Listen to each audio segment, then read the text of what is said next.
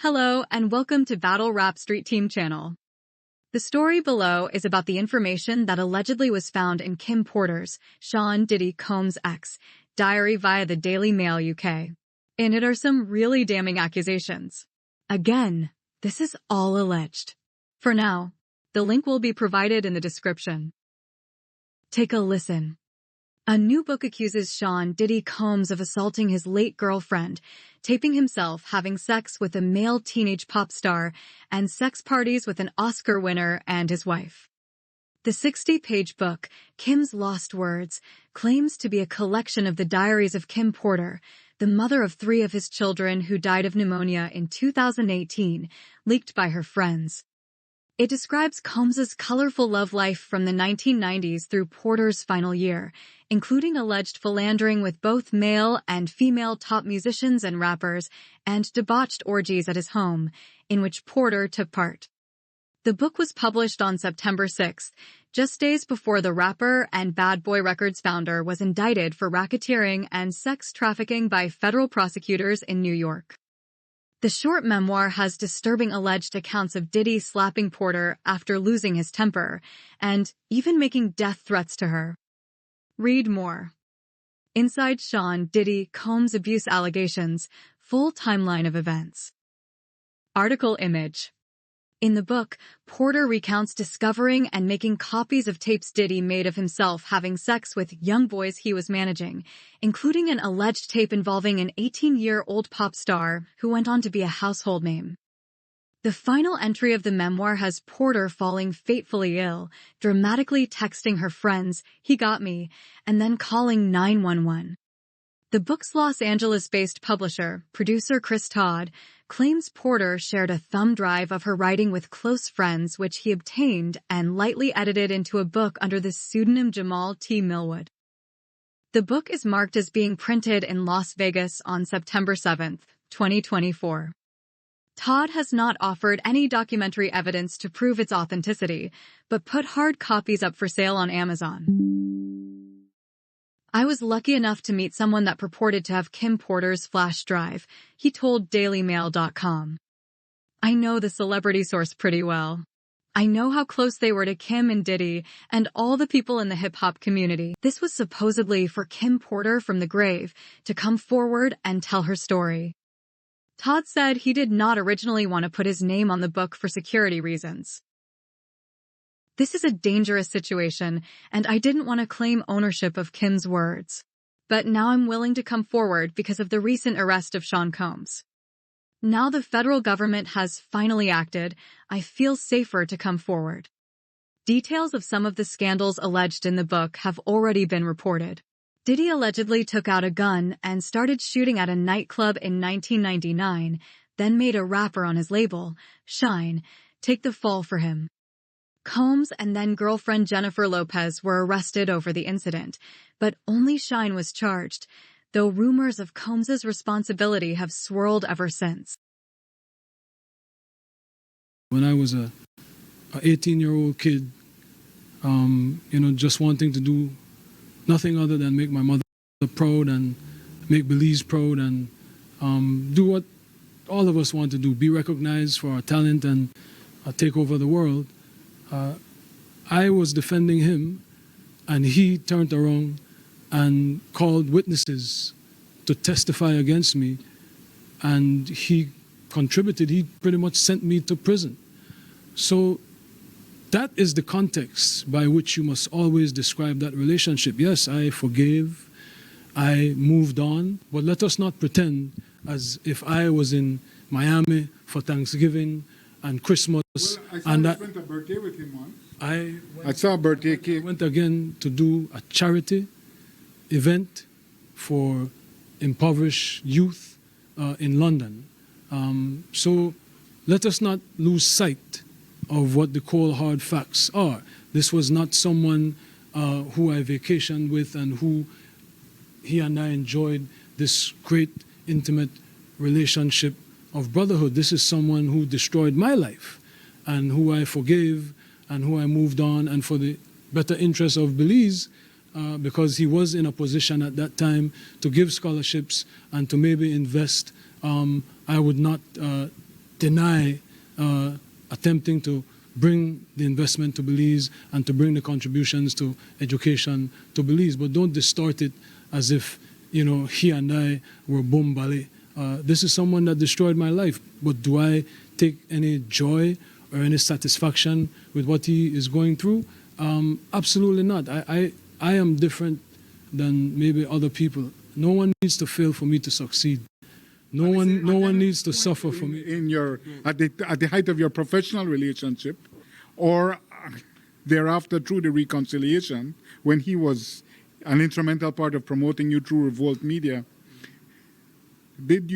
were you aware of these freak-off events, and were you aware of them? Did you have any participation in them? Oh my goodness, Jules Vasquez. Jules Vasquez. Were you aware of them? Jules Vasquez. Were you aware of the freak-offs? Sir, I had nothing to do with Sean Combs' personal life, no interaction. That level, everything was strictly on a professional level. Other incidents have been flat out denied by the alleged participants, including star-studded orgies. He hosted parties that were just a fancy name of orgies, and everyone wanted in, the Porter memoir claimed. We not only had threesomes, but we also swapped partners. Our sex life was crazy, but I got to do things with Sean I would never have been able to do with a straight man. She said she was sleeping with a well-known married woman. I woke up and left the bedroom where I was, and Sean happened to be coming out of the bedroom with a chart-topping rapper and the woman's husband. I was grateful I wasn't asked to join in that room, Porter allegedly wrote, saying she didn't really like the rapper. Porter allegedly wrote that she and Diddy had an open relationship and that she regularly slept with legendary late rapper Tupac Shakur. The Porter memoir claimed Combs first hit her after she refused to use a strap-on on him. I just can't stop thinking about that night. It was amazing. Can you screw me one more time? Please? Diddy said, according to the book. I became infuriated, the book said, adding that Porter told Diddy to instead have sex with a male music executive she believed he was having an affair with. Then Sean hit me.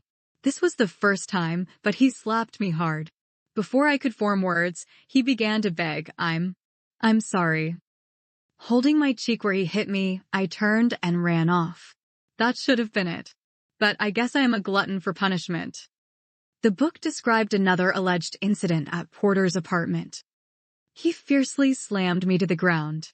Then he pulled out a .22 handgun and sat it on the end table, the memoir claimed. He knelt on one knee and got right in my face to say, "You're mine. You don't have a choice in that now. I can't live without you." He's a terrifying monster. Porter allegedly wrote that she discovered videotapes of Sean's sexual encounters in his bedroom, vault, and made copies of them as protection for herself, as part of her plan to leave him.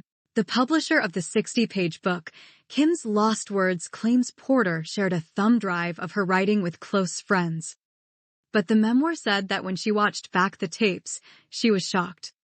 Some of the tapes had things I would have never expected. The gay parties are one thing, but the young boys, like 2 hip-hop stars formerly managed by Diddy, and the then 18-year-old pop star, I would have never known. The book's publisher claimed the friends of Porter and Diddy who gave him the memoir also had copies of the music mogul's alleged sex tapes. He claimed a shady interlocutor had even been trying to sell them to Hollywood documentary producers. I was given the memoir, 60 pages. I was also given a photo and told if I wanted access to the Diddy sex tapes, I could have that also, he said.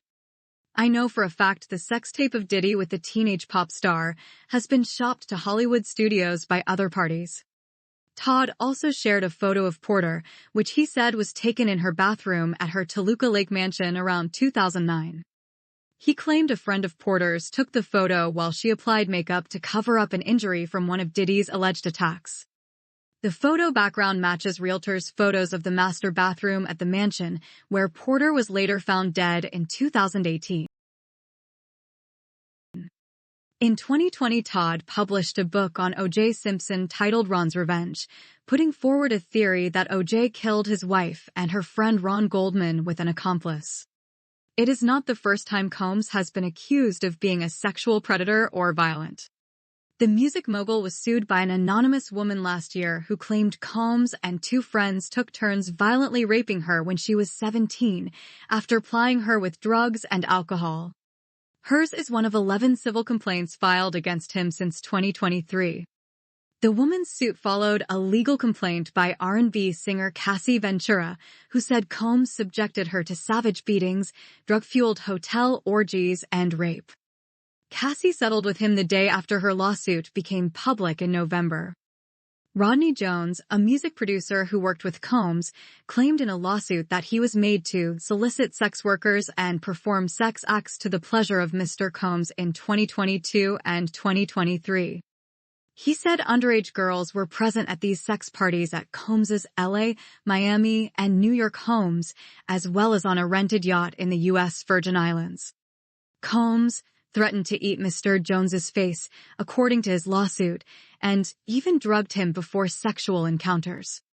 Combs's attorney Sean Hawley said at the time, "We have overwhelming, indisputable proof that his claims are complete lies." The music mogul is currently locked up in the Metropolitan Detention Center in Brooklyn after pleading not guilty to federal charges of racketeering, sex trafficking, and a prostitution-related crime on Tuesday. He was arrested early Tuesday at the Park Hyatt Hotel in Manhattan. The New York grand jury indictment, filed on September 12th and unsealed on Tuesday, said Combs abused, threatened, and coerced women and others around him to fulfill his sexual desires, protect his reputation, and conceal his conduct. It accused him of creating a criminal enterprise whose members and associates engaged in and attempted to engage in, among other crimes, sex trafficking, forced labor, kidnapping, arson, bribery, and obstruction of justice. It said he forced women into freak-offs, drug-fueled, days-long orgies with male sex workers that Combs recorded. He allegedly arranged and directed the sex parties while masturbating throughout the performance and supplied women drugs such as ecstasy, ketamine, and BHB to keep them energized, federal prosecutors said. The document added, after freak-offs, Combs and the victims typically received 4 fluids to recover from the physical exertion and drug use. Prosecutors said that the music mogul's employees covertly booked hotel rooms for the freak-offs while stocking them with baby oil, lubricant, and extra bed sheets. Authorities allegedly discovered over 1,000 bottles of baby oil and lubricant in his homes while searching them earlier this year. Agents also uncovered 3 AR-15 rifles with defaced serial numbers in his Miami bedroom closet, but the weapons has been broken down into parts, along with magazines with ammunition loaded in them. His attorney, Mark Agnifilo, called it an unjust prosecution, adding in a statement on Monday, "He is an imperfect person, but he is not a criminal." Agnifilo did not respond to DailyMail.com's request for comment. Again, the link to the story will be in the description. Please be sure to like, share, comment below, and subscribe to Battle Rap Street Team.